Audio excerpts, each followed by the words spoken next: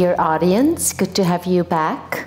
Let's start our second session, which is focusing on issues around safety and security, which are obviously not the same in relation to AI, and in the broadest possible sense, as you can tell soon by the topic of the keynote presentation, a topic that is very close to the heart and work of the host organization, the National Media and Infocommunications Authority as well, the promotion of the protection of children in our digital age.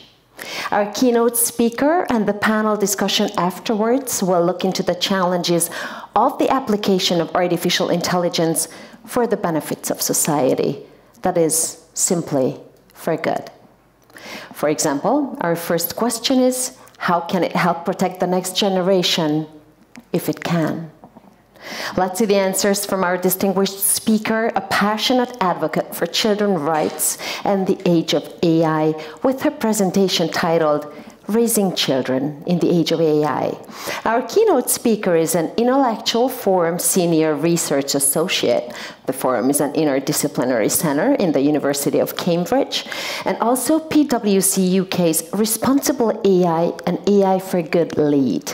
She's a globally recognized award-winning AI ethics expert and public policy contributor, serving on numerous boards, really many. For example, on the advisory board for UNICEF, #AI for Children, and World Economic Forum Generation AI programs. Please welcome Ms. Maria Axente on the stage.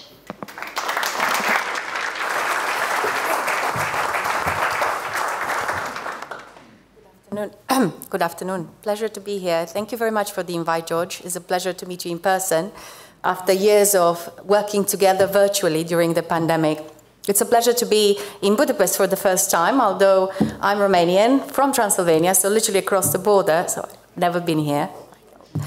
And it's a pleasure to be here to talk to you about a subject that is very close to my heart. How many of us, after a long day at work, come home to find our children playing and enjoy their company, and we find the comfort and relief and the joy that they bring? And how many of us are looking how our children, instead of talking to themselves or to one another or with us, are in front of their devices? Because the world of the children and parents in 2023 has changed in a dramatic fashion. The fact that we now have a digital world where our children must spend most of their time, as many of the studies shown here, and the fact that parents themselves struggle to make sense of how the children live in this world. How should they protect the children with so many new risks and harms that are occurring as a result of a digital world where no one has educated them in any way or shape or form? And although my work focusing very much on the issues of governance and ethics and regulation, I became very interested in what about the children? How do we make sure that we design and use such technology in a way that will understand the needs, the rights, and the expectation of the children themselves? And of course, the digital world that's being built is very much powered by artificial intelligence, a technology that promises to bring huge benefits to each of us individually and in society. And Imre and the other panelists have showcased how AI in education could make a massive improvement on bringing content and knowledge to children around the world in a way that's tailored to their talents, their skills, and their context. Similarly, using AI in medicine will allow us to see healthier, happier children, because we will see tailored and personalized health plan and healthcare. In the same time, in a age of uncertainty about jobs and future work opportunities, AI can help prepare our children for the unknown. But in the same time, this technology, as you've heard from the previous panel, and we'll discuss further in our panels, comes with strings attached. And the fact that AI has a dark side, it was something that was brought to our attention as early as 2016, 2017, when you had prominent figures talking about the robots are going to take over the world, the robots are going to take our jobs. But we haven't had tangible means to demonstrate the harms and the risk associated with it.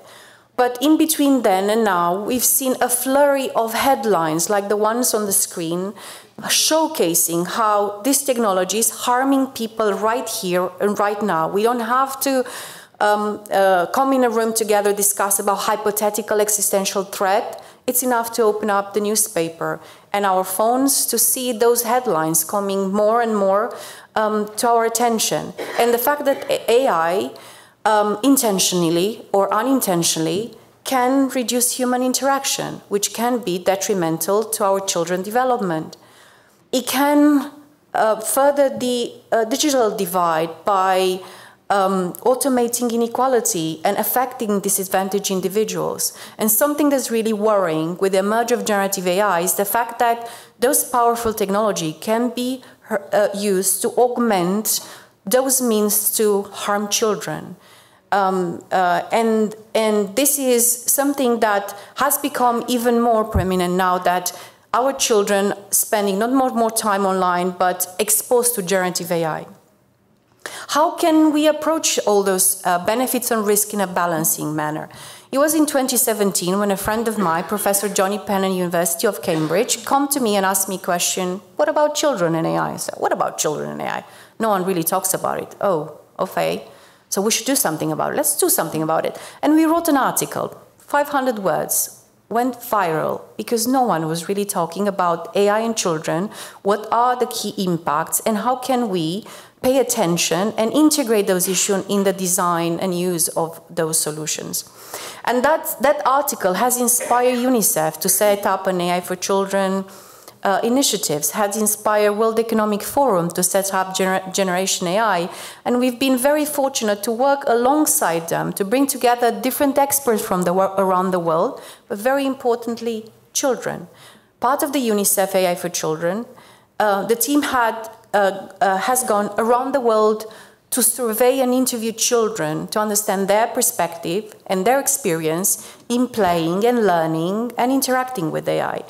And the guidance that has been produced as a result of that interaction is the one that is now inspiring public policy makers around the world and give them a head start in how to approach integrating the needs of the children in their policies. But working together in this group of industry representatives, child development experts, ethicists, children themselves, we found ourselves with three big provocations. First of all, that AI is increasingly everywhere where our children are. And it was a candid confession of people at Facebook and YouTube who actually said, oh, we design YouTube for kids, Facebook for kids, only for the children to flock on the big platform. And we don't really know what to do because we did not design the platform to account for the fact that children will be on those platforms. And this is one of the biggest challenges we have at the moment, because when we designed the digital world, the gaming, the social media, we did not think about the children and their needs and the fact they're spending 46% of their time on those platforms. So how are we going to correct that? The second big provocation, which actually sends shiver to our spines potentially, is the fact that our children are educated by algorithms. They spend so much time online on platforms like TikToks or Instagram, and their algorithms have been designed by who? We don't know who. By what principles, what rules have been embedded in those algorithms. And the fact they come home and they embrace with the different value system that the one ourselves as parents or our society is trying to instill in them. The third provocation is how to take everything that we know in terms of ethical and responsible AI and a governance and adapt it to the needs of the children. And the fact that the children are growing, they have different needs at different stages of development. Therefore, an ethical principle like fairness will look very different in a case of a child than in a case of an adult. Similarly, safety or robustness and security. So how do we make sure that we understand the children are not a final product? They are in flux, they are developing, and we need to be able to adapt that in the way that accounts for who they are, but in the same time, with the technology that adapts to the external environment, interacts with it, we found ourselves in a position that AI is continue to shape our children. So how do we understand the impact of this relationship, of this symbiosis that is now being built in between our children and the self-learning algorithms? But before finding solutions, in the working groups I've been part with, we needed to remain grounded in the fact that no matter how exciting this technology is, at the end of the day, we need to be remaining committed to the same vision of building a world where girls and boys can enjoy childhood, a time for play, a time for learning, where they can feel they are loved and respected. And this statement here is the one vision we are trying to uphold in all our working groups, to remain grounded in the reality. This is not about AI. This is about our children and our future, and their future.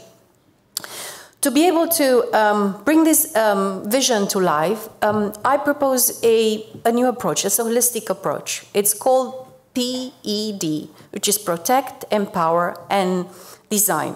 Why this is holistic? Because we know with AI being ubiquitous, we require a set of holistic intervention, not just the regulation to play a role, but the parents, the children themselves, and the designer need to come together to work towards an approach that will suit the children.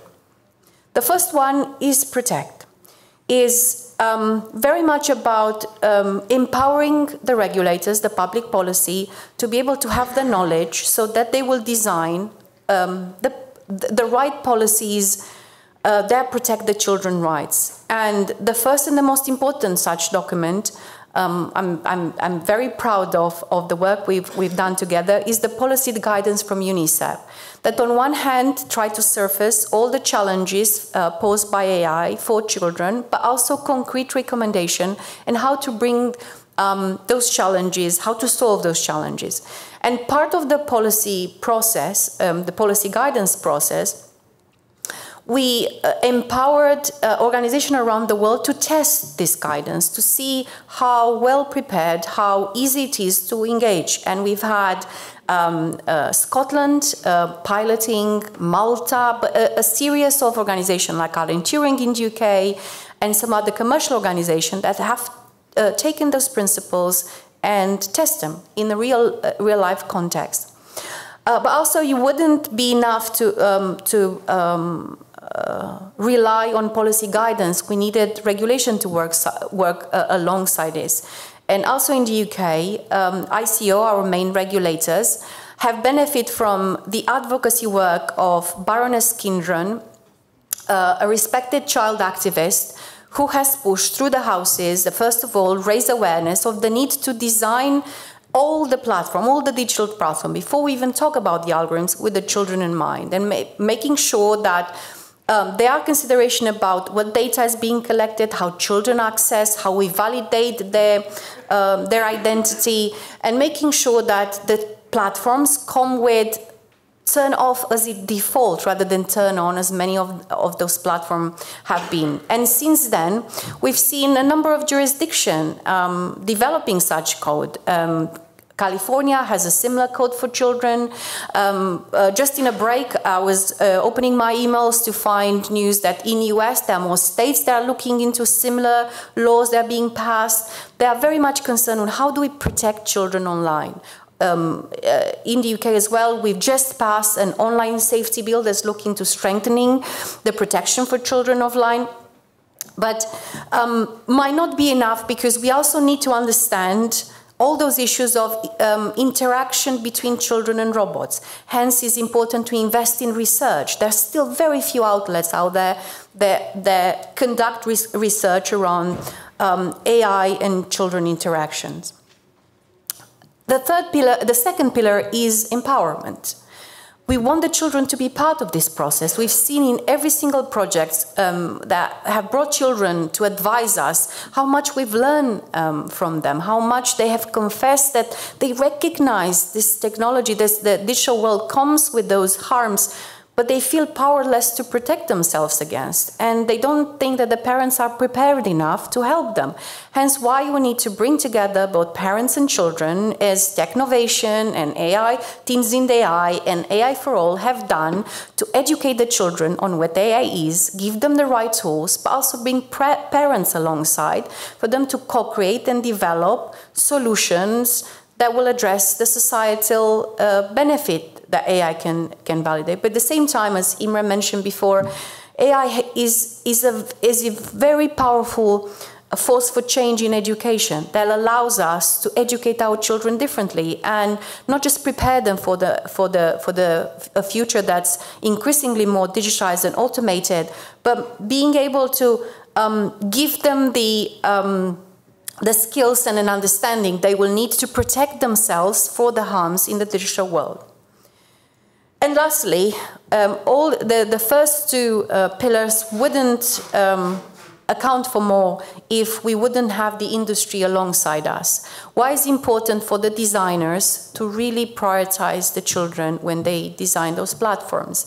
And for World Economic Forum, we brought together tech industry, child development professionals to develop a toolkit that will support C-suite, parents, children, but also developers to be able to incorporate those issues in the development and use of AI.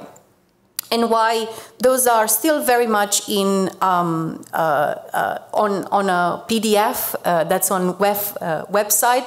We are hoping that generative AI will put things in perspective. We've heard more or less all the other speakers mentioning that the fact we need to prioritize the children. And I congratulate you, Mr. President, for prioritizing this issue, because we need to resurface AI for children, again in the context of generative AI social revolution and being able to use those tools to produce tangible results. Just because we haven't seen tangential harms on the children doesn't mean that they exist. Imre mentioned before the fact that the harms in the digital world are so difficult to spot, and we're not even come to terms as a society with them. In the documentary Social Dilemma on Netflix, there is a correlation between the fact that the number of mental health teen suicides can be correlated with the use of social media, but there's no study or more studies to actually settle this correlation so that we enable public policy to treat digital addiction as any other addiction and being able to act accordingly. So how do we make sure that we use all those tools that have been developed by us and others to trigger change at different level, but also continue to research in order to understand how to best protect our children online? But even if we are going to do all this, we will need from time to time a bit of reality check. And the fact that what we are doing is for the future of our children. And if there's something to motivate us to do the right thing, no matter where we are, it's about the children. But we also wanted to bring them along at every interaction possible. And obviously, working with children, we all know, it's sometimes difficult because understanding artificial intelligence is difficult. It's a complex rocket science concept that lives somewhere in the cloud. It's hard to explain to children. 2018, we ran an experiment, a contest in the UK Parliament with a group of children and asked them to design the world with AI. It was very interesting, but a bit basic. But Singapore has done something similar, but this time around, they have used generative AI and help the children design a prompt in such way that the machine will give them a visual vision of how Singapore will be changed with the world of AI. And there's some very cute and very interesting depictions of artificial intelligence by those children as young as 5 and 6, which says very clearly that the children do understand this technology much better than we think we do, but they will need help to actually get this understanding in a way that's helpful for them. But at the end of the day, bringing together our role as parents and educators to protect the children online, and bringing together the industry and the civil society, but also the tech industry, will not work if we'll not prioritize truly and honestly a child-centered AI. Thank you very much.